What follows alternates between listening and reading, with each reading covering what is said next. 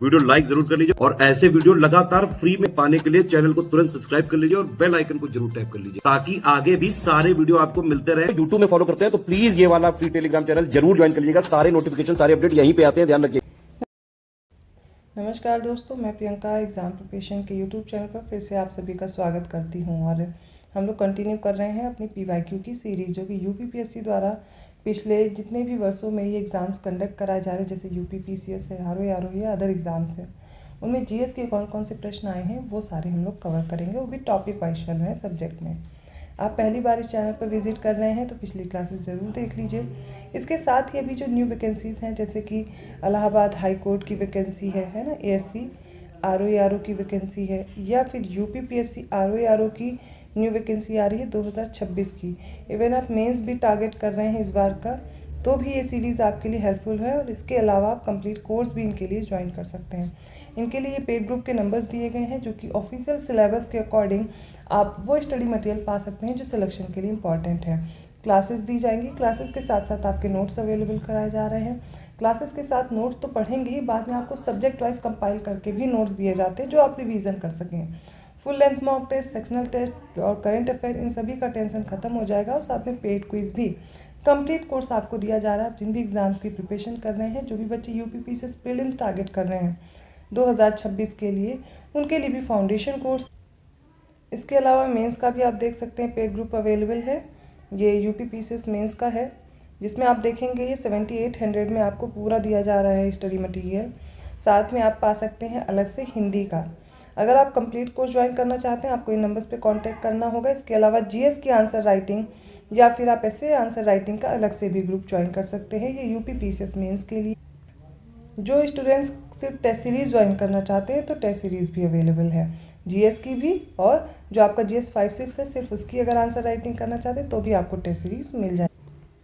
इसके अलावा जो अगला कोर्स आपको दिख रहा होगा, ये UPPCS प्रीलिम्स का कंप्लीट फाउंडेशन बैच है। जितना सिलेबस के अकॉर्डिंग आपको रिक्वायर्ड स्टडी मटेरियल सिर्फ उतना दिया जाएगा और उसमें ही आपका सिलेक्शन हो जाएगा। इस बार जो UPPCS का एग्ज़ाम और प्रीलिम्स में डायरेक्टली 134 क्वेश्चन पूछे गए, वो भी SCS के स्टडी मटेरियल से थे। अगर आप मेंस ग्रुप ज्वाइन करते हैं तो जितना आपको पढ़ाया जा रहा है उससे बाहर आपको क्वेश्चन देखने को नहीं मिलेगा, उतनी ही प्रैक्टिस करनी है। आपके आंसर राइटिंग के साथ साथ जो आगे 2026 टारगेट कर रहे हैं, उनके लिए सिर्फ करंट अफेयर की भी दिक्कत आ रही ना, तो वो इस पेड ग्रुप के साथ आपकी दिक्कत ये ख़त्म हो जाए। इसी तरह का RO का फाउंडेशन बैच भी अवेलेबल है, इसे भी आप देख सकते हैं। सभी के लिए आपको ये नंबर्स पे कांटेक्ट करना है। चाहते हैं इसी बार सिलेक्शन हो, और सिलेक्शन के लिए आपको वही स्टडी मटेरियल चाहिए होता है जो एग्ज़ाम ओरिएंटेड हो। तो बिल्कुल exam oriented content, test series, सब कुछ सिलेबस के अकॉर्डिंग दिया जाएगा। जो एग्ज़ाम में क्वेश्चन पूछे जाते हैं, ठीक वैसे ही पैटर्न पर आपके क्वेश्चन होंगे। चलिए आज की प्रैक्टिस भी स्टार्ट करते हैं इसी के साथ। 431 क्वेश्चन है, भारतीय संविधान का कौन सा अनुच्छेद संसद को राज्य सूची के विषय पर कानून बनाने की शक्ति प्रदान करता है? Article 115, article 117, 240, 249। इसका राइट आंसर है आर्टिकल 249। ये संसद को राज्य सूची के विषय पर कानून बनाने की शक्ति प्रदान करता है। अगला प्रश्न देखिए, एक कथन है, किसी धन विधेयक के लोकसभा द्वारा पारित किए जाने और राज्यसभा की सिफारिशें लोकसभा द्वारा सिफारिशों की प्राप्ति के 14 दिन के अंदर अनिवार्यतः स्वीकार की जानी होती हैं और तत्पश्चात उन्हें विधेयक में अंगीकृत किया जाना होता है, क्योंकि धन विधेयक राज्यसभा में पेश नहीं किया जा सकता। तो आपको इसमें दिया गया है कि किसी धन विधेयक को लोकसभा द्वारा पारित किए जाने और राज्यसभा की सिफारिशें लोकसभा द्वारा क्या होता है कि सिफारिशों की प्राप्ति 14 दिन के अंदर अनिवार्यता स्वीकार की जानी होती है। तो देखिए, 14 दिन के अंदर जो सिफारिश होती है वो स्वीकार करे या ना करे, ये लोकसभा के ऊपर है, ये कोई अनिवार्यता नहीं है। इसीलिए ये स्टेटमेंट गलत है कि तत्पश्चात उन्हें विधेयक में अंगीकृत किया जाना होता है। ऐसा भी नहीं है कि विधेयक में जो विधेयक प्रस्तुत किया गया है वो 14 दिन के अंदर सिफारिश अपनी भेजता है राज्यसभा। वो सिफारिश मानी जाए ना मानी जाए, लोकसभा पर है, यह अनिवार्य नहीं होता है। पहला कथन तो गलत हो गया, मतलब दूसरा कारण सही है कि राज्यसभा में पेश नहीं होता। यहाँ पर लोकसभा की शक्ति राज्यसभा से ज़्यादा होती है, तो लोकसभा में ही धन विधेयक लाया जाता है। राइट आंसर यहाँ पर क्या होगा?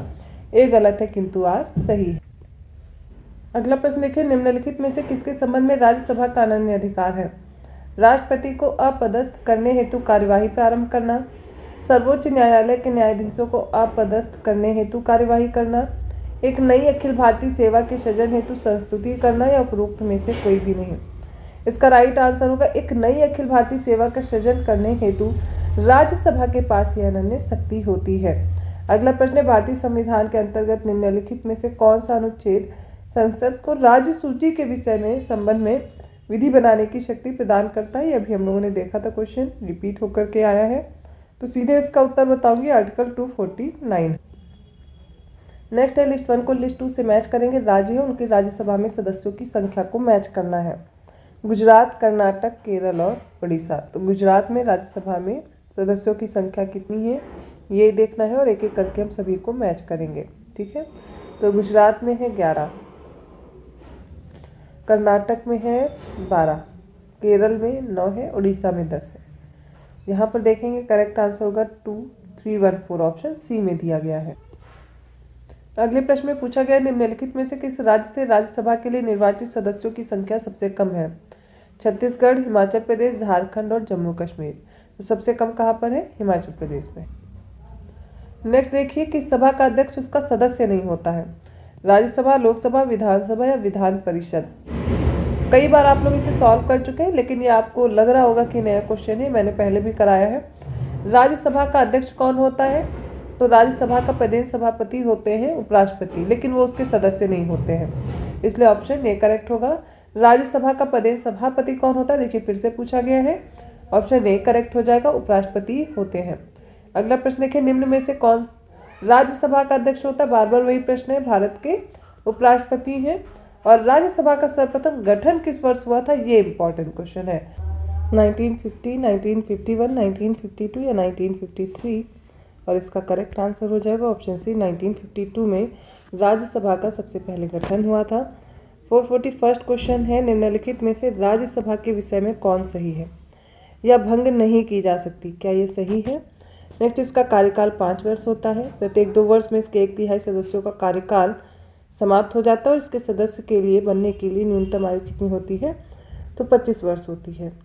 यह भंग नहीं की जा सकती है, राज्यसभा के बारे में पूछा जा सकता है इस तरीके का प्रश्न, और ध्यान रखिएगा। तो बिल्कुल सही है, ये भंग नहीं की जा सकती। इसका कार्यकाल 6 वर्ष होता है, ना कि 5 वर्ष, ये गलत हो गया। प्रत्येक 2 वर्ष के बाद 1/3 सदस्यों का कार्यकाल समाप्त हो जाता है, बिल्कुल सही है। और इसका सदस्य बनने के लिए न्यूनतम आयु होती है 30 वर्ष। पहला और तीसरा सही होगा, बाकी गलत स्टेटमेंट है।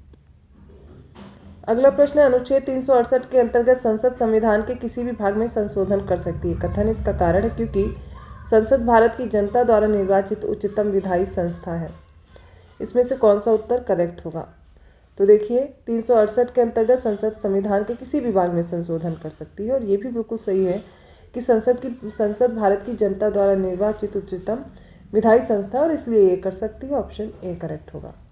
आगे बढ़ते हैं, 443 क्वेश्चन है, एक वर्ष में कम से कम कितनी बार संसद की बैठक होनी चाहिए, 1 बार, 2 बार, 3 बार, 4 बार। राइट आंसर कितना है, 2 बार तो अवश्य होनी चाहिए। नेक्स्ट है 444, संसद में मिलकर किससे नियमित होती है, राष्ट्रपति, राज्यसभा, लोकसभा, उपराष्ट्रपति। तो देखिए यहाँ पर राष्ट्रपति होंगे, राज्यसभा और लोकसभा उपराष्ट्रपति नहीं होते। राइट आंसर हमें मिल गया, ऑप्शन ए करेक्ट है। 455 क्वेश्चन है, 45 क्वेश्चन है, 445वां प्रश्न है, भारतीय संसद में निम्नलिखित में से कौन शामिल है। तो लोकसभा और राज्यसभा, लोकसभा, राज्यसभा, प्रधानमंत्री, लोकसभा के अध्यक्ष और लोकसभा, राष्ट्रपति और दोनों सदन। अभी बताया, इसका राइट आंसर होगा राष्ट्रपति और दोनों सदन। तो ये आज के प्रश्न थे, आई होप आपको समझ में आए होंगे। किसी भी क्वेश्चन में किसी प्रकार का डाउट है आप पूछ सकते हैं कमेंट करके। ये नंबर्स दिए गए हैं आपके पेड ग्रुप के लिए, आप किसी भी पेड कोर्स को ज्वाइन करना चाहते हैं इन नंबर्स पे कांटेक्ट करके यूपीपीएससी आरओ मेंस के लिए या फिर यूपीपीसीएस प्रीलिम्स और बीईओ की न्यू वैकेंसी आ रही है, इसके साथ साथ इलाहाबाद हाई कोर्ट के लिए भी आप तैयारी कर सकते हैं। नंबर्स पे कांटेक्ट करके सारे कोर्सेज मिल जाएंगे, या फिर ज्ञान सर एजुकेशन ऐप में भी आपको कोर्सेज अवेलेबल कराए गए हैं, आप उनसे भी अपने कोर्स को ज्वाइन कर सकते हैं। वीडियो अच्छा लगा तो लाइक कीजिए, चैनल को अभी तक सब्सक्राइब नहीं किया है तो कर लीजिए। मैं मिलती हूँ अगली क्लास में, तब तक के लिए धन्यवाद।